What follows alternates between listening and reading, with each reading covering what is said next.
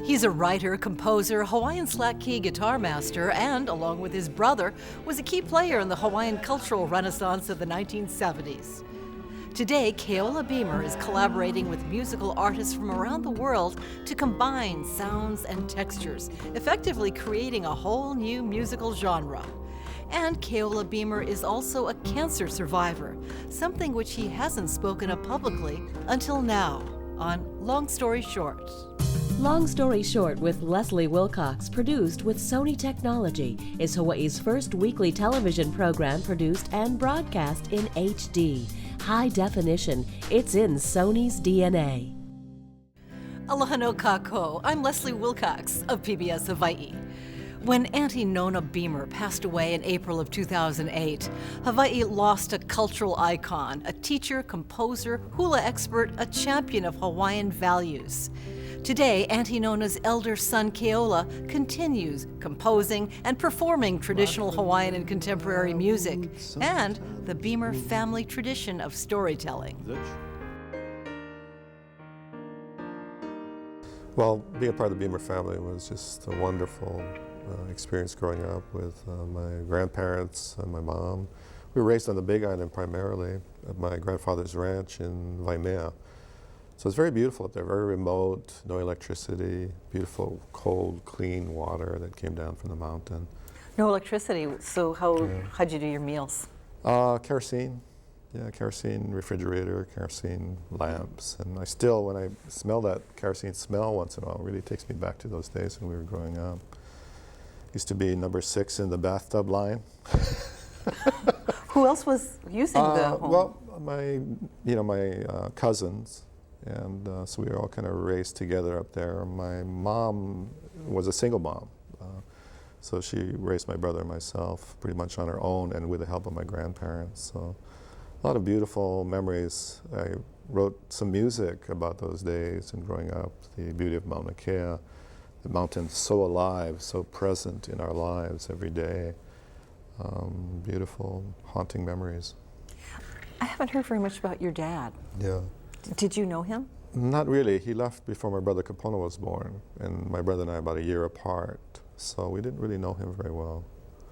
And years later, we met him, and he seemed like a nice man and everything, but we didn't have much in common because so much time had passed. I think I was 36 when I met him for the first time. Did you feel abandoned? I wouldn't say abandoned. There was so much love and support from our family that we really didn't know that's not the way it was supposed to be. We just had so much love and aloha from our grandparents. And you had a father figure in the form of your grandfather? Pretty much, yeah. He was a wonderful man and taught us how to ride horses and rope and pretty outdoor lifestyle up at the ranch. What's your first recollection of music in the home?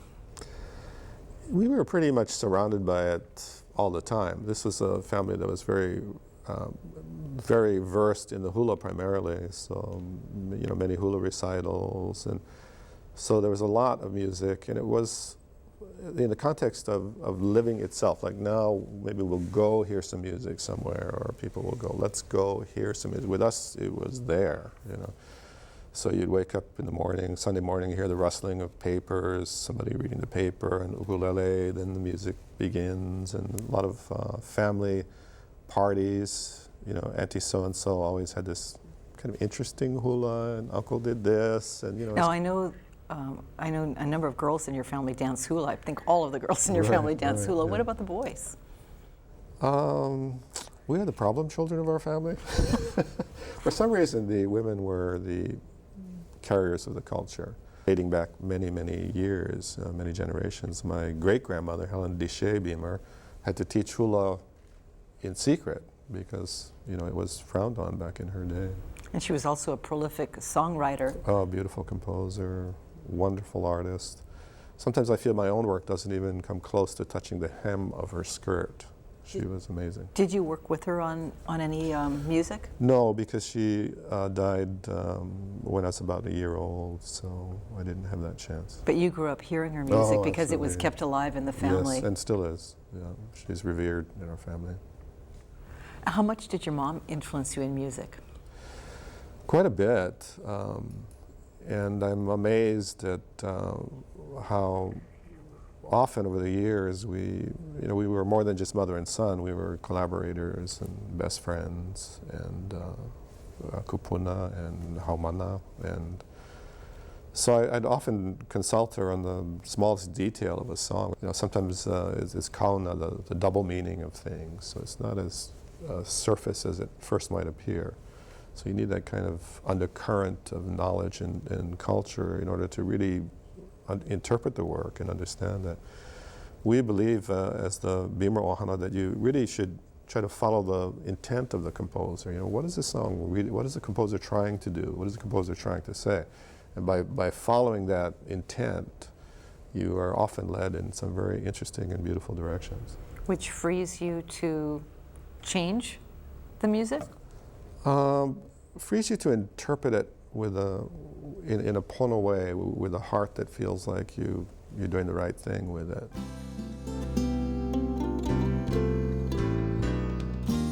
Keola Beamer has shown that he understands intention, composition, and culture. He has written and arranged traditional and contemporary songs, published a book of short stories, and begun exploring and creating a new collaborative musical genre. In the late 1970s, Keola collaborated with his brother Kapono Beamer, writing and recording music on the leading edge of what became known as the Hawaiian Cultural Renaissance. The time was right. It was the renaissance of Hawaiian music is the way it's referred to now, where kids, all of a sudden they were proud to be Hawaiian. Me too, Maybe before that, I'm not so proud to be Hawaiian.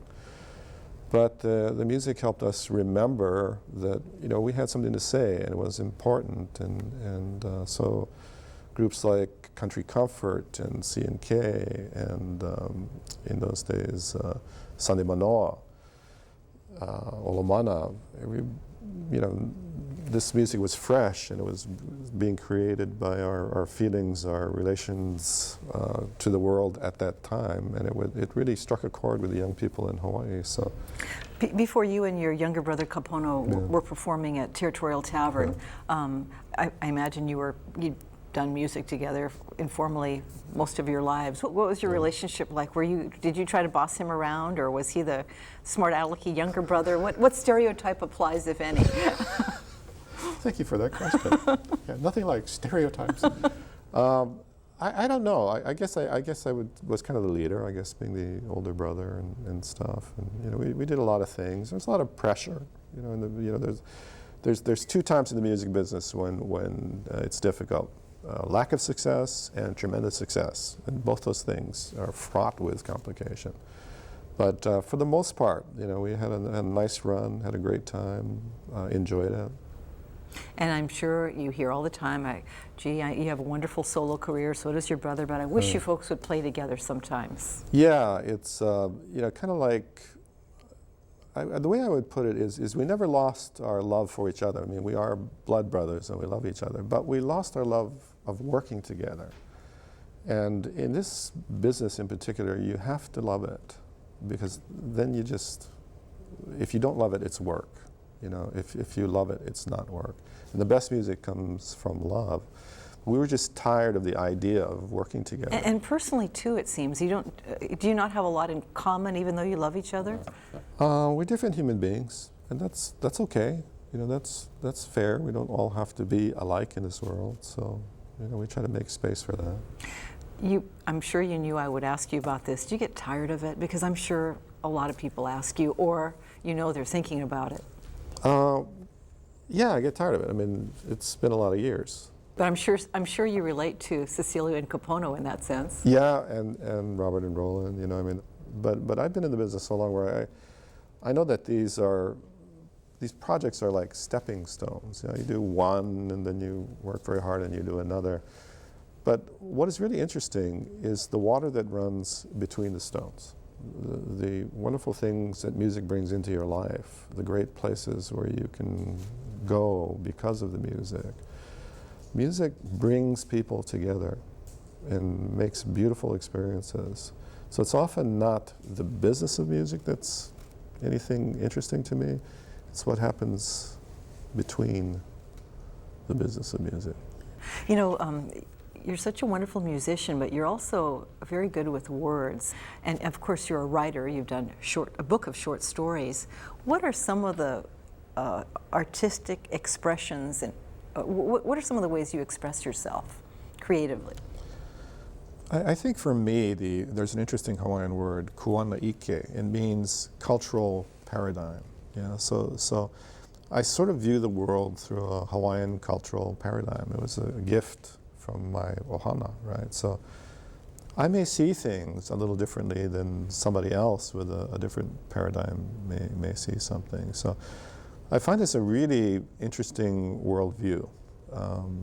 I've been exploring Buddhism lately because I see many parallels between Buddhism and our Hawaiian culture. And for instance, the idea of Hawaiian sort of philosophical thought is that within each individual there is a bowl of light, a beautiful bowl of light. In Buddhism, that may be called a Buddhist nature. There's a Buddhist nature in each human being. There's a bowl of light in each human being. And you can extinguish that light or dim it by placing in the stones of aggression, anger, ignorance, and the light dims. And in Buddhism, that may be called perhaps bad karma, you know. Mm-hmm. Sometimes they call it the three poisons, anger, greed. The idea that Buddhism embraces other cultures, other religions even, and that we should have compassion for one another. We call that aloha. You know?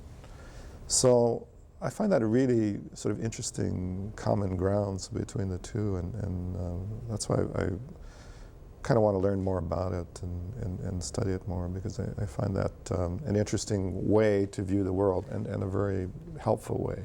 Would you say you are a Buddhist? Yes.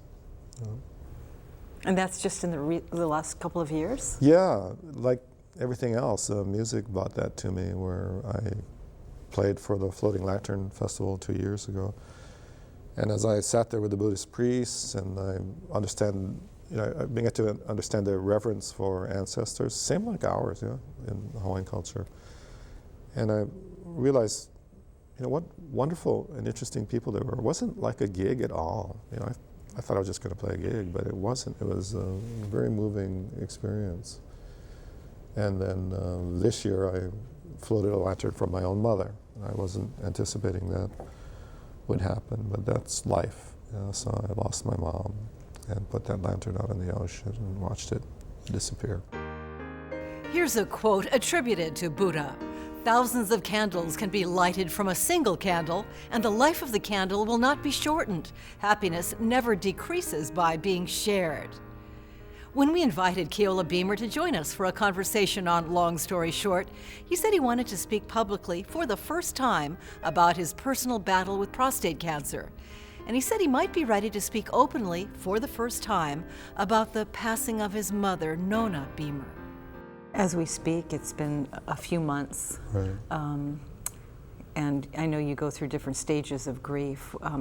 What are your thoughts now, 6 months after she passed? Yeah. Well, I had not known grief like that in my life. I didn't know that was possible. To love somebody so much and then they're gone. And but the grief sort of reminds me a little bit of when I was a young man surfing, and you'd sit out there on your surfboard and everything be okay, and then this set would come in, these big towering waves, and grief is like that. You're doing pretty good, and then the grief comes in waves, and you do your best and you deal with it, and then another set comes, and this continues for a while, Because my mom was a revered Hawaiian cultural treasure, she touched many lives, and we as Beamers have to have the compassion for other people's grief too, not just our own. Hard to take care of them when you've got to take care of yourself too. Yeah, that's difficult, but we can do it, and we have done it. My mom led a life that made a difference in the world. She made the world a better place. She touched thousands of lives and helped many, many students, and she left with dignity. How great.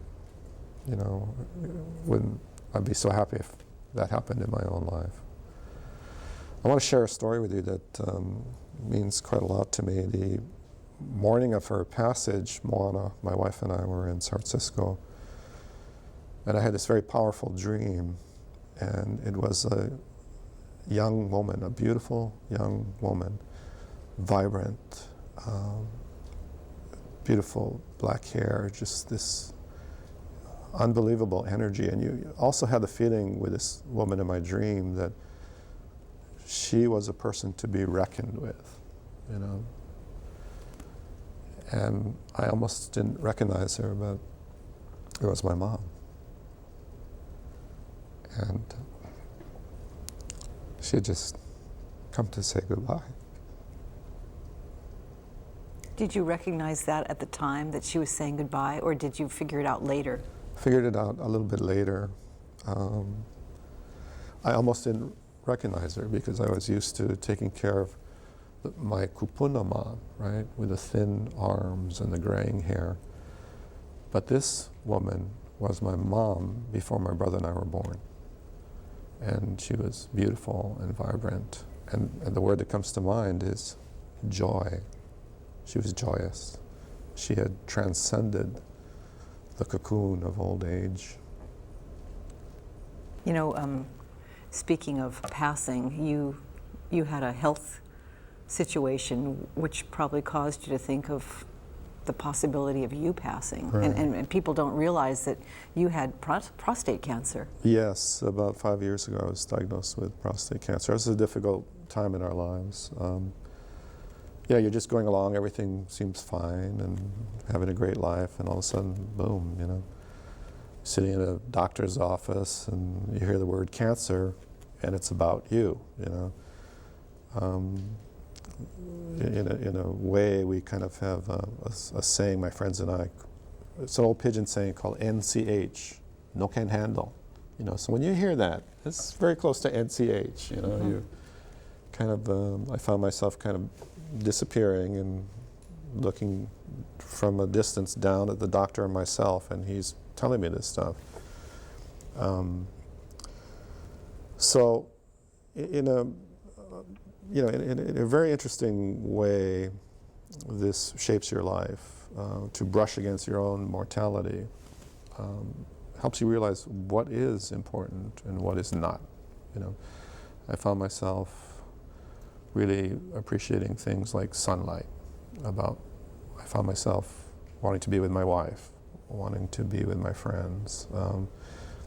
Wasn't about wanting to go to the office and do some music licensing or something, but it was more about being with the people you love, and the ocean and the sun.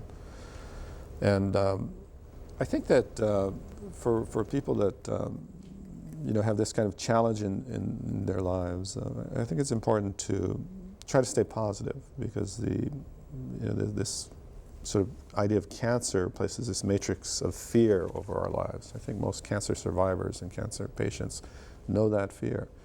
And we have to kind of rise above that, because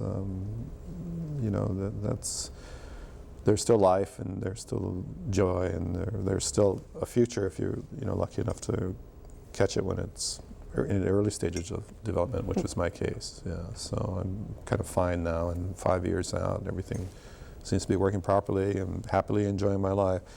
Medical technology is amazing.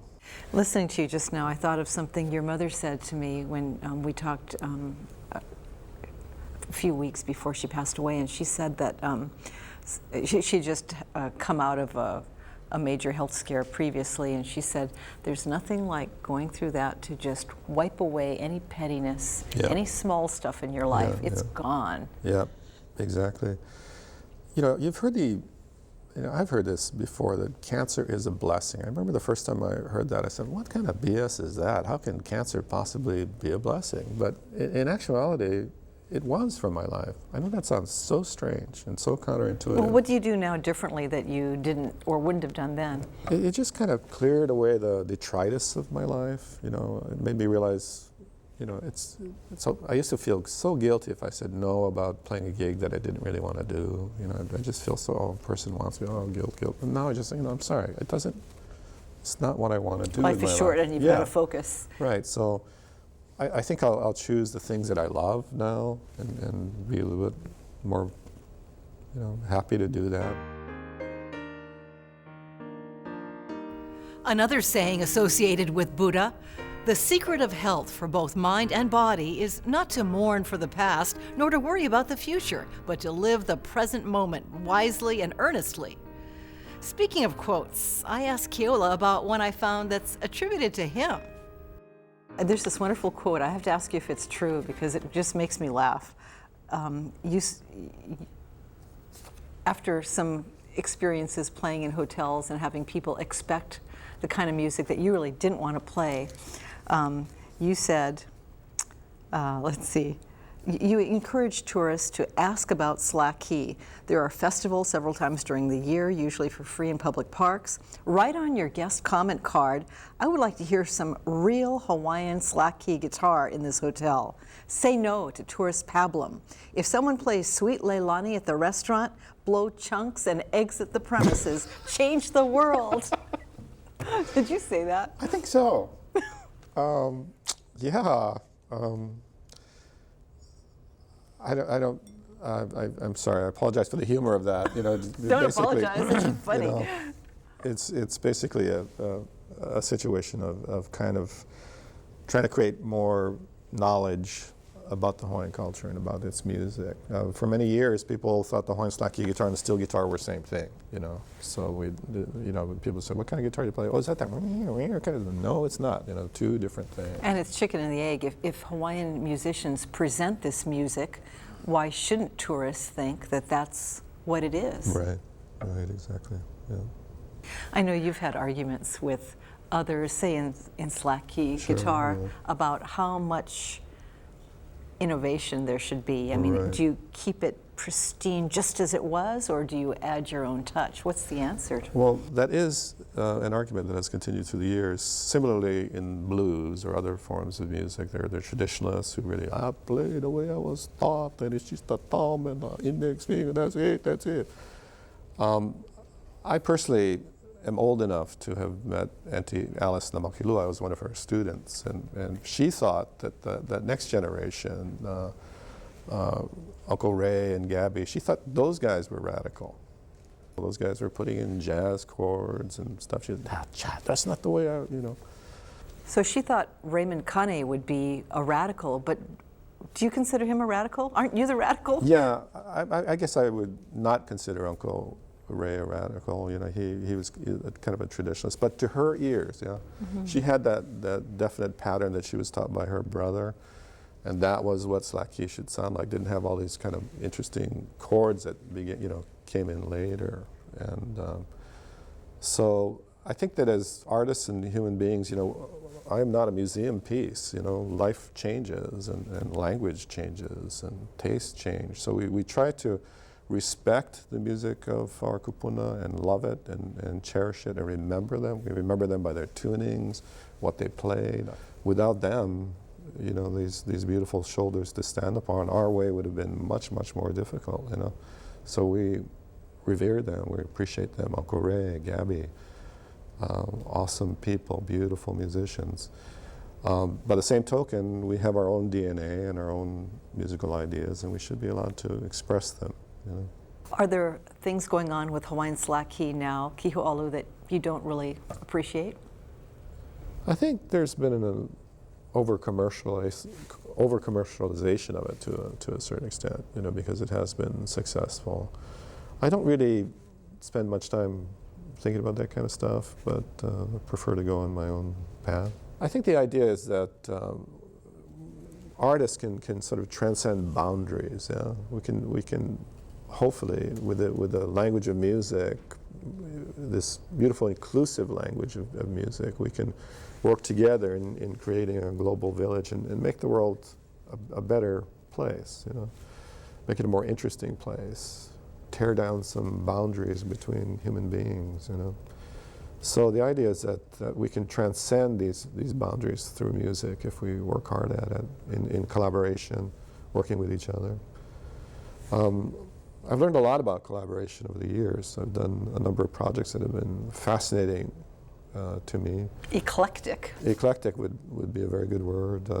I did a project, I think it was the year before last, in Amsterdam with a Javanese gamelan orchestra.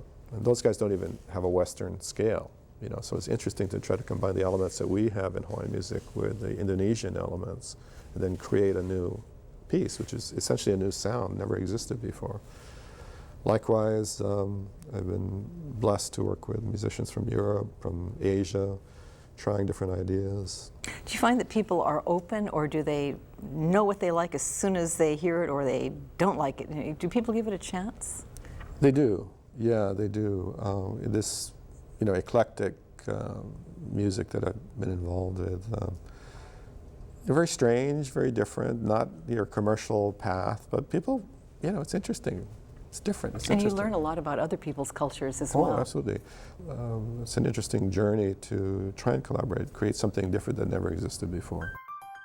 It'll be revealing to see and hear what comes of Keola Beamer's collaborations with musicians from other cultures, just as it's revealing to hear him speak about joy and blessings, juxtaposed with stories of grief coming in towering waves.